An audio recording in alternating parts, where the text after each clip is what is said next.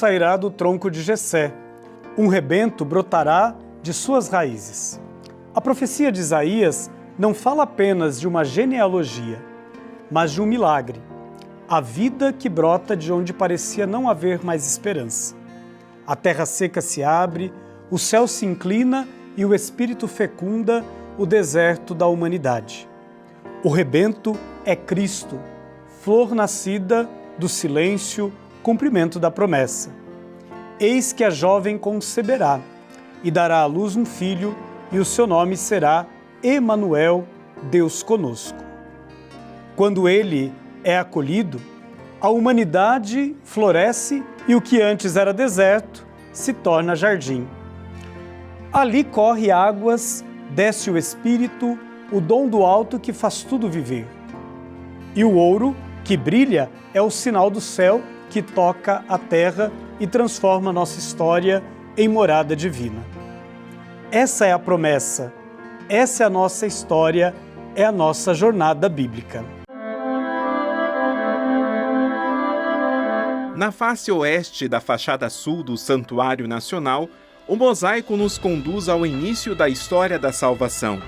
Do tronco de Jessé, pai de Davi, brota o rebento prometido pelas Escrituras, aquele que viria salvar a humanidade. A profecia de Isaías se cumpre. Um ramo sairá do tronco de Jessé, um rebento brotará de suas raízes. O ouro no centro da cena representa o céu, que se abre e derrama o Espírito Santo, fecundando a terra. A aridez dá lugar à vida, o deserto floresce com a humanidade de Cristo. O deserto que floresce é sinal de esperança. Onde há acolhimento da promessa divina, a vida renasce. Assim, cada detalhe da fachada sul nos prepara para o maior dom, a vinda do Filho de Deus entre nós. E estamos aqui para o nosso último programa, para concluirmos juntos a nossa jornada bíblica.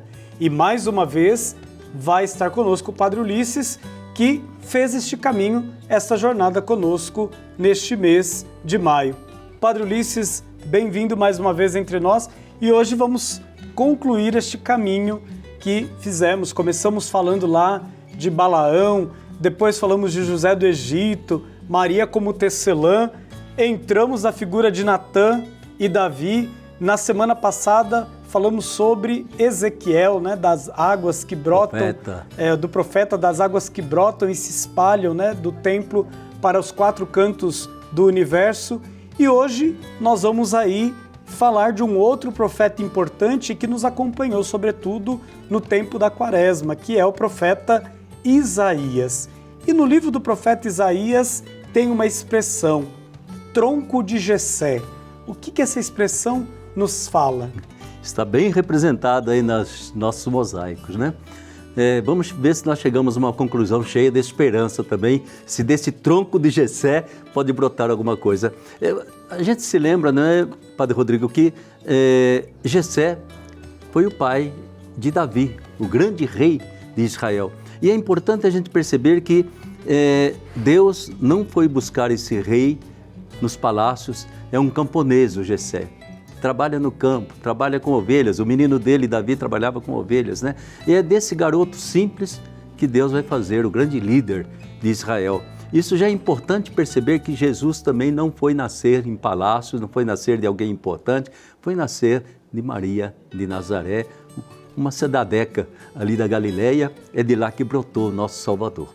Mesmo que o povo dissesse que de Nazaré não saía nada que preste, nós temos Jesus de Nazaré, Maria de Nazaré.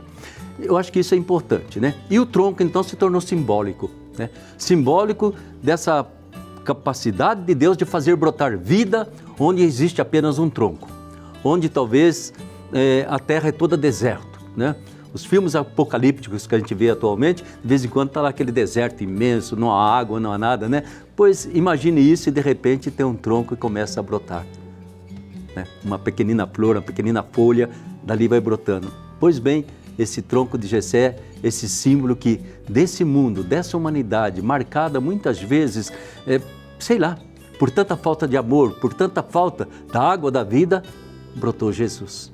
E desse broto vai nascer a salvação para toda a humanidade.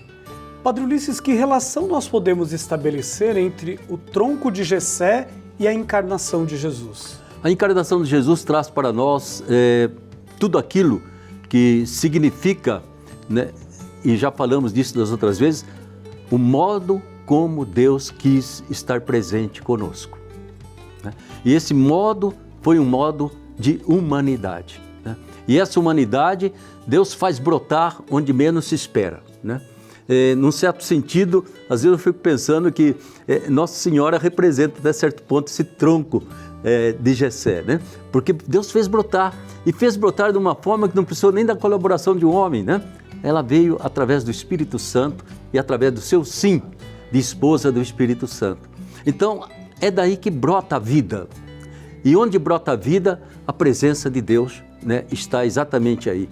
Então, de novo, o tronco de Jessé representa para nós que do deserto, da secura, às vezes da desesperança humana, Deus é capaz de fazer brotar vida, principalmente porque existe um Cristo Jesus que brotou dentro do nosso mundo.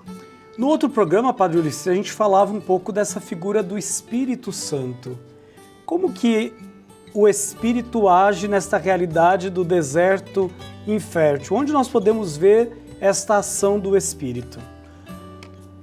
Eu creio que o Espírito Santo, nós já falamos que ele tem uma simbologia muito bonita da água, né? Como talvez o mais belo sinal do Espírito Santo, né? Mas nós vamos encontrar em Pentecostes também o vento, né? Que sopra, né? E esse vento vem e traz novamente o ar, traz respiração de fé, de força, de coragem, de esperança para os apóstolos, para os discípulos, né? Então, a presença do Espírito Santo é ele que torna fértil, é ele que torna fecundo, é ele que traz o sopro de vida para o ser humano, é ele que sopra, talvez já desde lá quando Deus criou o ser humano, né? O sopro de Deus, né? O Espírito Santo é o sopro de Deus para que a gente tenha vida. E desse sopro é que nós vivemos, né? É tão bonito isso porque Deus está em nós. Só para a gente poder respirar, Deus está em nós. É o sopro dele que me deu alma, é o sopro dele que muito além de meus ossos, músculos, tudo mais. Então, esse sopro de Deus, saber que ele está presente em mim. Eu fui criado por ele, né? E ao mesmo tempo, sabendo que quando esse sopro vai diminuindo, né, aparece aquele que vem nos dar, né, o sopro da ressurreição, né, que é Jesus. Eu sempre penso que Jesus está o tempo todo fazendo para a gente o que ele fez para Lázaro. Venha para fora, venha respirar aqui fora, venha respirar comigo. Não fique trancado nesse sepulcro, Lázaro. Vem aqui, né? Então, é nesse sentido que há uma ligação muito forte desse Espírito Santo água, desse Espírito Santo sopro, desse Espírito Santo vento, né, que nos faz caminhar ao longo de toda a nossa existência. Neste tempo pascal, mais do que contemplar, né, as aparições de Jesus, eu penso que a igreja nos convida a rezar os encontros do ressuscitado com a comunidade que ele deixou para continuar os seus passos.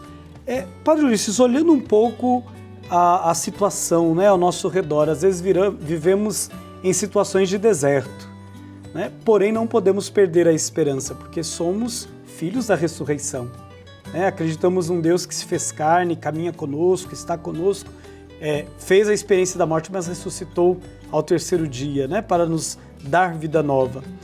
Como que toda esta realidade, né, que nós somos chamados a enfrentar, esses desertos contemporâneos, como que esta figura do tronco de Jessé e o Espírito nos ajuda a viver e a superar estas realidades hoje? Eu creio que nos ajuda exatamente por aquilo que estamos vivendo agora, neste ano jubilar, entende?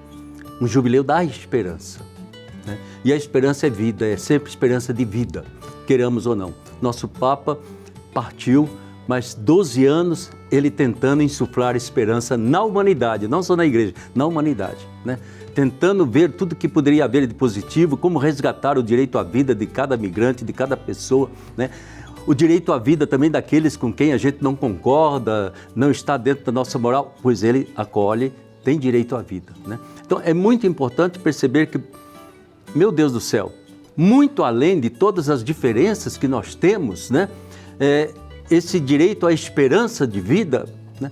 Ele nos vem desse Cristo que saiu do túmulo, né? E desse Cristo que brotou e quer fazer também com que a gente viva dessa esperança.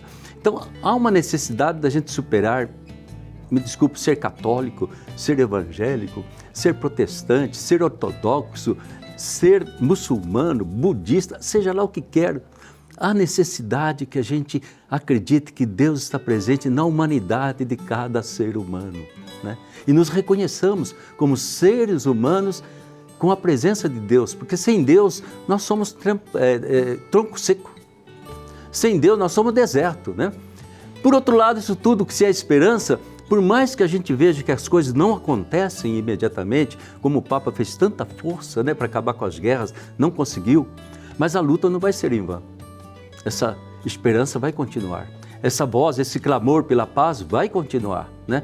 Talvez não vai acontecer nessa geração, mas se Deus quiser, as gerações vão progredir. Então é Deus que realiza as esperanças quando a humanidade não deixa de esperar e de colocar em Deus a sua esperança. Nesse sentido que eu vejo que o tronco de Jessé passa a ser um símbolo de esperança, de uma esperança que vem de Deus para nós, né? Mas na medida também que nós ansiamos por essa esperança, o anseio do ser humano é importante, né? E o anseio maior continua sendo o grito de Jesus na cruz: eu tenho sede, né? Ele representa toda a humanidade. Com ele, a mãe dele também, a mãe da esperança, representa toda a humanidade. Pois bem, é esse o caminho que nós fazemos, é esse o jubileu que deveria estar lá dentro do nosso coração.